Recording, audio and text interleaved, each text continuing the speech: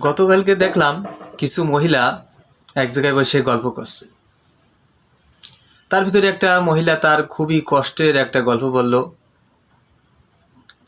সেই মহিলা বলছে যে আমার ছেলে বিয়ে করার পরের থেকে আমাদের আর ঠিকমতো দেখে না। আমি ছেলে ঠিকমতো মানুষ করতে পারিনি।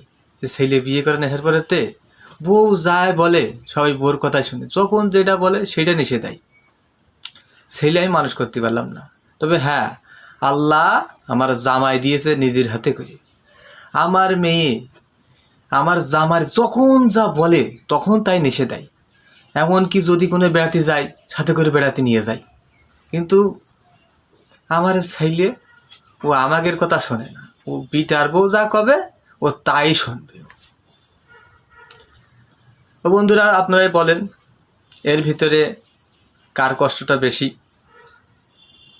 আপনারা কমেন্ট করে আমাকে জানাবেন।